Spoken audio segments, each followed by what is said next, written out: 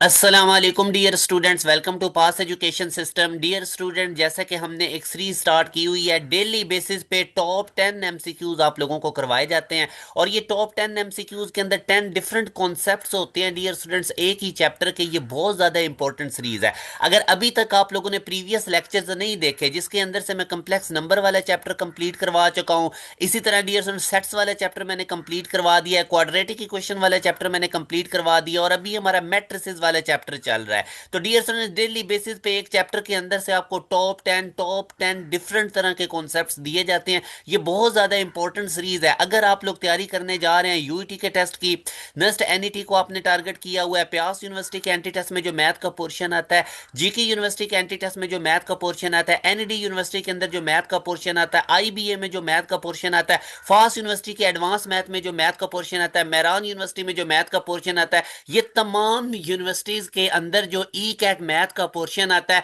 वो सारा आपका क्लियर किया जाएगा। डियर स्टूडेंट्स, ये चैप्टर वाइज आपको करवाए जा रहे हैं। हर रोज एक चैप्टर में से 10 एमसीक्यूज आपको करवाए जाते हैं। जब एक चैप्टर कंप्लीट हो जाएगा तो नेक्स्ट चैप्टर शुरू हो जाएगा। तो ये सीरीज बहुत ज्यादा इंपॉर्टेंट है। आप लोगों ने बड़ी कंसंट्रेशन के साथ, बड़ी तवज्जो के साथ इसको खुद भी देखना है और दोस्तों के साथ भी शेयर करना है। डियर स्टूडेंट्स, हमारे यूट्यूब चैनल को सब्सक्राइब कर लीजिए, बेल नोटिफिकेशन ऑन कर लीजिए, ताकि जो भी इंपॉर्टेंट वीडियो है वो टाइमली आपको मिले।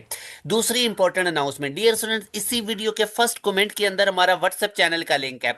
अब उस व्हाट्सएप चैनल के अंदर क्या मिलेगा आपको? तमाम यूनिवर्सिटीज की अपडेट्स मिलेंगी। स्टूडेंट्स को नहीं पता होता किस यूनिवर्सिटी के एंट्री टेस्ट की डेट कब आ गई है, कब अप्लाई करना है, तो क्या तरीकाकार है। तो ये सारी अपडेट्स आपको हमारे व्हाट्सएप चैनल के थ्रू मिलेंगी। डियर स्टूडेंट, ये बहुत ज्यादा इंपॉर्टेंट अपडेट्स, क्योंकि कई कई स्टूडेंट्स ऐसे होते हैं जिनका हर साल साल जाया हो जाता है, उनको पता ही नहीं होता उस यूनिवर्सिटी के कब एडमिशन ओपन हुए थे, कब क्लोज हो गए, डेडलाइन कब थी, अप्लाई कब करना था, कैसे करना था। तो ये सारी अपडेट्स आपको हमारे व्हाट्सएप चैनल में मिलेंगी, और उसका जो लिंक है वो इसी वीडियो के कमेंट सेक्शन में पहले कमेंट में पिन हुआ है।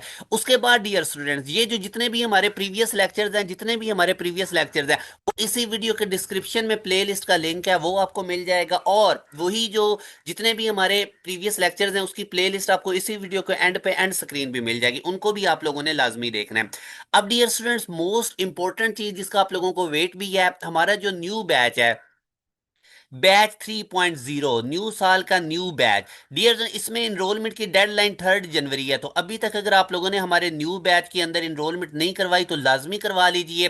क्योंकि डियर स्टूडेंट्स, आप लोगों के जितने भी अभी ये टेस्ट करीब आ रहे हैं, लाइक अगर मैं बात करूं तो यूईटी का जो टेस्ट है ये मार्च के फर्स्ट वीक में आ रहा है, नेक्स्ट एनईटी 2 फरवरी के फर्स्ट वीक में हो रहा है, प्यास यूनिवर्सिटी का जो राउंड 1 है वो अप्रैल के फर्स्ट वीक में हो रहा है। इसी तरह डियर स्टूडेंट, जो एनईडी यूनिवर्सिटी है इसका जो इसकी एडवर्टीजमेंट फरवरी के एंड पे आ जाएगी। आईबीए का राउंड 1 बहुत करीब आ गया। जीके यूनिवर्सिटी का एंट्री टेस्ट का वेटेज 85% है, और ये पाकिस्तान का वाहिद इंस्टीट्यूट है जो इंटरनेशनल स्टैंडर्ड की एजुकेशन देता है। इनके एक सेमेस्टर की फीस 5 लाख के करीब होती है, वो बच्चे नहीं अफोर्ड कर सकते। तो अभी आपके पास एक मौका है कि अगर आप जीके का एंट्री टेस्ट अच्छे से तैयार करते हैं, जिसका वेटेज 85% है, अभी से इसकी तैयारी शुरू करते हैं, तो आप अगर टॉप 20 मेरिट पोजिशन में आते हैं तो डियर स्टूडेंट्स, आप लोगों को टोटली फ्री ऑफ कॉस्ट ये इंटरनेशनल स्टैंडर्ड की एजुकेशन दी जाएगी। तो कितने आप लोगों के पास चांसेस हैं? फास्ट के अगर कंप्यूटिंग प्रोग्राम में जाना है, मेहरान का राउंड 1 क्लियर करना है, तो ये वाला बैच आपके लिए हाईली रिकमेंडेड है। ये जनवरी फरवरी मार्च 3 मंथ आप लोगों के लिए बहुत ज्यादा इंपॉर्टेंट है। इस बैच के अंदर डियर स्टूडेंट्स आपको क्या मिलेगा? डेली बेसिस पे लाइव क्लासेस होंगी 7 PM से 11 PM तक। डेली की लाइव क्लासेस की रिकॉर्डिंग अवेलेबल होगी। इसमें कैसे पढ़ाया जाएगा? पहले आप लोगों को एक चैप्टर समझाया जाएगा, उसके बाद डियर स्टूडेंट्स चैप्टर के अंदर आपको जितने भी टॉपिक्स हैं वो एक्सप्लेन किए जाएंगे, टॉपिक वाइज पास पेपर्स के क्वेश्चंस करवाए जाएंगे। चैप्टर कंप्लीट होने के बाद उसका टेस्ट मिलेगा, वर्कशीट मिलेगी। ऐसे सिलेबस कंप्लीट होगा तमाम सब्जेक्ट्स का। उसके बाद quarter book, half book, full book के टेस्ट होंगे। एंड पे यूनिवर्सिटीज पैटर्न पे आपके एफएलपीज होंगे। तो डियर स्टूडेंट्स, ये एक बैच के अंदर आपको जितनी भी टॉप रैंक यूनिवर्सिटीज हैं उनके तमाम सब्जेक्ट्स की प्रिपरेशन मिलेगी। 2 2.5 मंथ में आपको फुली कंप्लीट तैयार करवाया जाएगा। उसके बाद आपका रिवीजन और टेस्ट सेशन शुरू हो जाएगा। फिर न्यू आने वाले बैचेस की भी एक्सेस आपको इसी फीस में मिलेगी। डियर स्टूडेंट्स, वाहिद इंस्टीट्यूट हमारा है पास एजुकेशन सिस्टम, जिनकी पूरे पाकिस्तान में सबसे कम फीस है और सबसे ज्यादा हाई क्वालिटी प्रोवाइड की जाती है। वन टाइम अपने फीस देनी होती है 7,000, उसके अंदर तमाम सब्जेक्ट्स की तैयारी इंक्लूडेड होती है, तमाम यूनिवर्सिटीज की अलॉन्ग टेस्ट सेशन। तो डियर स्टूडेंट, इस बैच को लाजमी तौर पे ज्वाइन कीजिए। ये हमारा ऑफिशियल व्हाट्सएप नंबर है 0304066600। इसका स्क्रीनशॉट लीजिए और आज ही इसके ऊपर कॉन्टैक्ट करके हमारे बैच का हिस्सा बनिए। तो डियर स्टूडेंट्स अभी अब हम स्टार्ट करते हैं 51 वाले क्वेश्चन में। वो हमें कहता है कि एक इक्वेशन है x+2y इक्वल टू 11, दूसरी इक्वेशन है -3x -6y इक्वल टू 33। तो इसका सोल्यूशन क्या है? ओनली वन सोल्यूशन है, फाइनाइट मैनी सोल्यूशन है, नो सोल्यूशन है, या इनफाइनाइट सोल्यूशन है? तो ये वाला डियर स्टूडेंट्स इंतहाई इंपॉर्टेंट टाइप का एक कॉन्सेप्ट है जो मैंने अभी आपको बताना है। आप लोगों ने इस तरह का जब कभी भी आपके सामने एमसीक्यूज आएगा, अब इस एमसीक्यूज का सबसे पहले आप पैटर्न समझिए डियर स्टूडेंट। अब इसका अगर आप लोग पैटर्न समझते हैं तो आप देखें जो सेकंड इक्वेशन है वो मल्टीपल है फर्स्ट इक्वेशन का। ठीक है, तो जब कभी भी आप लोगों को, जैसे अब देखें ना, ये फर्स्ट इक्वेशन क्या है हमारे पास, x+2y इक्वल टू 11। तो दूसरी इक्वेशन कैसे बनी हुई है, इसको आप देखें ना, ये x है तो इसको ये -3 से मल्टीप्लाई किया हुआ है, +2y है तो इसको किससे मल्टीप्लाई किया हुआ है, -3 से, मतलब ये 3 से मल्टीप्लाई कर रहा है। तो जब भी एक इक्वेशन दूसरी का मल्टीपल होगी तो डियर स्टूडेंट उसके इनफाइनाइटली मैनी सॉल्यूशन होंगे। ये अब आप लोगों ने याद रखना है dear student. Infinite many solutions कब होंगे आप लोगों के पास? जब हमारे पास एक इक्वेशन दूसरे का मल्टीपल होगी तो आप लोगों ने डायरेक्ट कह देना है कि इसके इनफाइनाइट सॉल्यूशंस है। जब कभी भी आप लोगों को सिस्टम ऑफ इक्वेशन इस तरह से दी हुई है, एक इक्वेशन दूसरे का मल्टीपल है, तो आपने बगैर सॉल्व किए बता देना कि इसके इनफाइनाइट सॉल्यूशंस है। तो ये वाली ट्रिक आप लोगों ने याद रखनी है जो अभी मैंने आपको बताई है। ठीक है डियर स्टूडेंट, कि अगर कभी भी एक इक्वेशन दूसरे का मल्टीपल होगी तो उसके इनफाइनाइट सॉल्यूशंस होंगे। अच्छा जी, आगे अब हम नेक्स्ट बात करते हैं डियर स्टूडेंट। इसमें अब आप देखें रैंक ऑफ अ मैट्रिक्स में बी डिफाइंड एज। तो डियर स्टूडेंट जो रैंक होता है ना, उसके लिए सबसे पहले तो मैट्रिक्स एचलन फॉर्म में होना चाहिए। एचलन या रिड्यूस एचलन फॉर्म में कन्वर्ट करने के बाद फिर आपने काउंट कर दें उसमें नंबर ऑफ नॉन जीरो रोज कितनी है। जितनी नंबर ऑफ नॉन जीरो रोज होंगी एचलन फॉर्म के अंदर, वो उस मैट्रिक्स के रैंक को डिफाइन करेगा। तो ये भी डियर स्टूडेंट्स याद रखिए, ये काफी ज्यादा कॉन्सेप्ट पूछा जाता है, इसको आप लोगों ने नोट रखना है। आगे मेरा बेटा वो कहता है rank of a null matrix.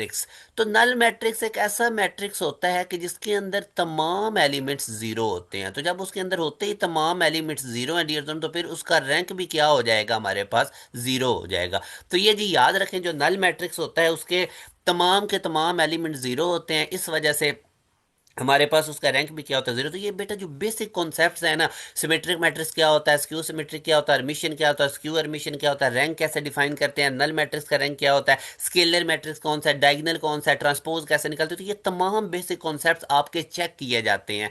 किसी भी यूनिवर्सिटी का आप टेस्ट दे रहे हैं, नस्ट का दे रहे हैं, यूटी का दे रहे हैं, एनईडी का, आईबीए का, जितनी भी टॉप रैंक यूनिवर्सिटीज जिन जिन में भी ई कैट मैथ का पोर्शन आता है, उनके लिए आपको वर्कशीट बहुत ज्यादा हेल्प करने जा रही है।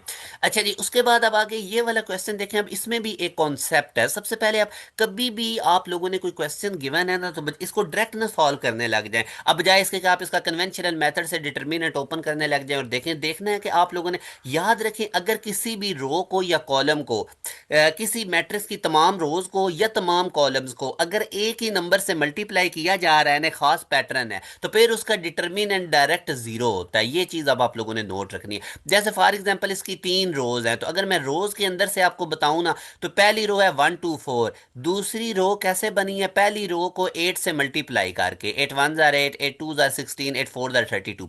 आगे मेरे बेटा दूसरी रो को जब हमने 8 से मल्टीप्लाई किया तो तीसरी रो बन गई, 8 8 जार 64, 16 8 जार 128, 32 8 जार 256। तो एक खास पैटर्न है, तो इसका डिटर्मिनेंट जीरो होगा।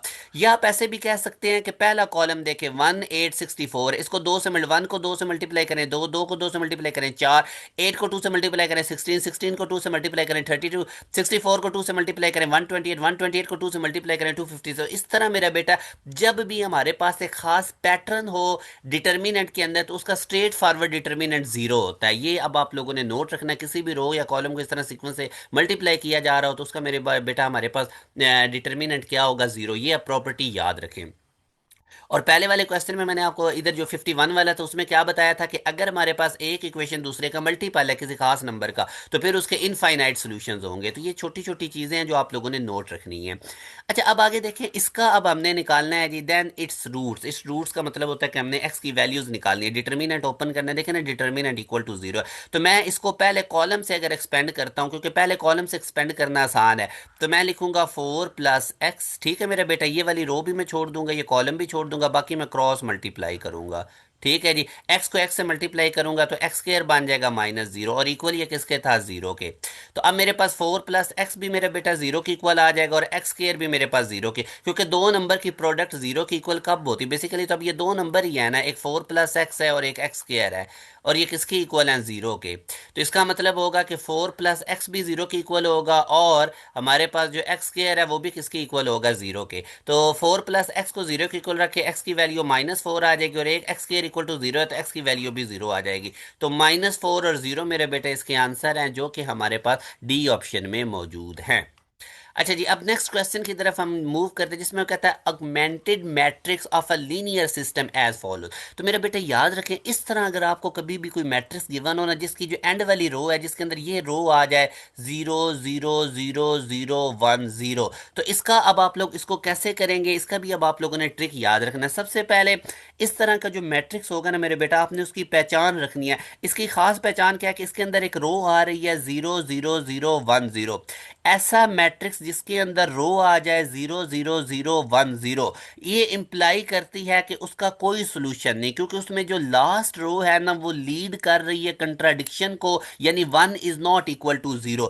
अब देखें इसमें कंट्राडिक्शन आ गया, ये सारी रो के अंदर एक 1 भी आ गया। तो इस पैटर्न पे अगर कभी भी आपको किसी मैट्रिक्स के अंदर मेरा बेटा कोई रो नजर आ गई ना, तो आपने कह देना है कि इसकी जो लीनियर सिस्टम है उसका सोल्यूशन नहीं है। अब ये कुछ चीजें हैं जो स्ट्रेट फॉरवर्ड मैं ना आपको ट्रिक्स बता रहा हूँ, ताकि आप लोगों का टाइम बचे। तो जब कभी भी किसी मैट्रिक्स, इस टाइप का कोई मैट्रिक्स गिवन है जिसमें रो इस पैटर्न पे आ रही है कि तमाम एंट्रीज तो जीरो, अंदर एक 1 आ गया, तो बगैर सॉल्व किए आपने बता देना है कि इसका सोल्यूशन नहीं है। ये मेरे बेटा नोट रखनी है आपने किसी जगह चीजें, ठीक है, कि ये शॉर्ट ट्रिक्स हैं, ये आपको बड़ा टाइम सेव करेंगे। जब भी इस तरह आपको मैट्रिक्स गिवन हो और उसके अंदर एक ऐसी रो आ गई है जिसमें तमाम एंट्री जीरो जीरो, एक 1 आ गया, तो आपने कह देना है कि इसका सोल्यूशन नहीं है, बगैर इसको टाइम जाया किए।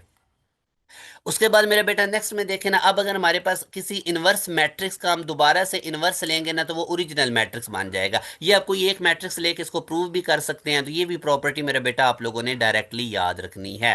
आगे जी नेक्स्ट क्वेश्चन में कहता है कि as diagonal matrix in which all the diagonal elements are equal. तो डायगोनल मैट्रिक्स ये होता है, सबसे पहले तो आपको पता होना चाहिए कि हमारे पास ट्राइंगुलर मैट्रिक्स क्या होता है, कि उसमें मेन डायगोनल के अलावा बाकी तमाम एलिमेंट्स मेरा बेटा क्या होने चाहिए, नॉन जीरो। ठीक है, तो ये एक ट्राइंगुलर मैट्रिक्स है। तो अगर ये डायगोनल के एलिमेंट सेम आ जाए, अगर तो डायगोनल के एलिमेंट्स 1 1 1 आ जाएंगे तो फिर ये हो जाएगा यूनिट मैट्रिक्स, और 1 के अलावा अगर ये सेम आ जाए, लेट्स सपोज मैं इधर 3 3 3 कर देता हूं, तो अब ये हमारे पास जो मैट्रिक्स बन जाएगा ये स्केलर मैट्रिक्स है। स्केलर मैट्रिक्स एक ऐसा मैट्रिक्स होता है जिसमें मेन डायगोनल के एलिमेंट सेम होते हैं 1 के अलावा, क्योंकि अगर 1 होंगे मेन डायगोनल के एलिमेंट्स तो फिर तो वो यूनिट मैट्रिक्स हो जाएगा। 1 के अलावा 2 2 हो सकते हैं, 3 3 हो सकते हैं, 4 4 हो, सेम नंबर अगर सेम आ जाए तो फिर वो हमारे पास कौन सा मैट्रिक्स होता है, स्केलर मैट्रिक्स। तो ये बेटा जो ओवरशीट ये काफी इंपॉर्टेंट है, जो मैं आपको क्वेश्चन करवा रहा हूँ। आगे जी नेक्स्ट वो कहता है 1 row of a square matrix is zero. अगर स्क्वायर मैट्रिक्स की एक रो जीरो हो जाए, तो याद रखें मेरे बेटा, किसी भी मैट्रिक्स के अंदर अगर एक रो पूरी कंप्लीट जीरो है तो उसका डिटर्मिनेंट निकालने की जरूरत ही नहीं, वो स्ट्रेट फॉरवर्ड जीरो होगा। इसी तरह अगर आपके पास एक कॉलम भी जीरो आ जाए तो फिर भी हमारे पास उस मैट्रिक्स का डिटर्मिनेंट क्या हो जाएगा, जीरो। तो ये याद रखें, कंप्लीट रो जीरो हो जाए या कंप्लीट कॉलम जीरो हो जाए तो हमारे पास डिटर्मिनेंट उस मैट्रिक्स का क्या होता है, जीरो। अच्छा जी, 60 वाले क्वेश्चन में अब हमें वो क्या कहता है कि हमारे पास दो मैट्रिक्स हैं, एक है 4 - 2 - 3 0, एक है WXYZ, और एक है 2 - 3 0 5। अब आप इनको ऐड कीजिए। ठीक है, WXYZ की वैल्यू निकली, पहले दो को ऐड करें। ऐड करने का क्या तरीका होता है, फोर पहले एलिमेंट्स में पहले ऐड करें, 4 के अंदर W को ऐड करें, -2 के अंदर X को ऐड करें, ठीक हो गया। और उसके बाद -3 के अंदर Y को ऐड कीजिए, और 0 के अंदर Z को ऐड कीजिए। ये -2 है और ये Z है, Z के ऊपर मैं इस तरह बार लगा देता हूँ। और ये सारा मैट्रिक्स किसके इक्वल है, 2 - 3 0 5। अब मेरे बेटा इसको जरा आप चेक कीजिए, 4 + W किसके इक्वल आ जाएगा, पहला एलिमेंट पहले की इक्वल होगा तो 2 की इक्वल आ जाएगा, तो W कितना आ जाएगा, 2 - 4, जो कि आएगा -2। तो W की वैल्यू कितनी आ गई, -2।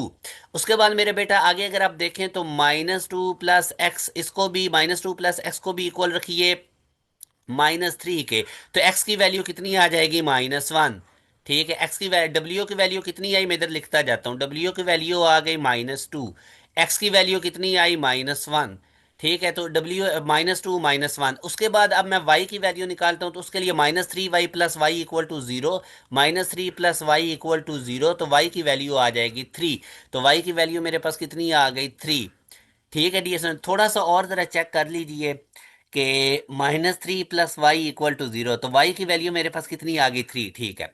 अच्छा उसके बाद अब वैसे तो मुझे पता लग गया ए बी में से कोई होगा। उसके बाद अब मैं निकालता हूँ 0 प्लस जी इक्वल टू 5, तो z की वैल्यू 5 आ गई। ठीक है, तो ये बीटा मेरे पास राइट आंसर है, -2 -1 3, और ये z की वैल्यू कितनी आई थी, 5। ठीक है डियर स्टूडेंट्स, ये अब हमारे 60 एमसीक्यूज कंप्लीट हो गए।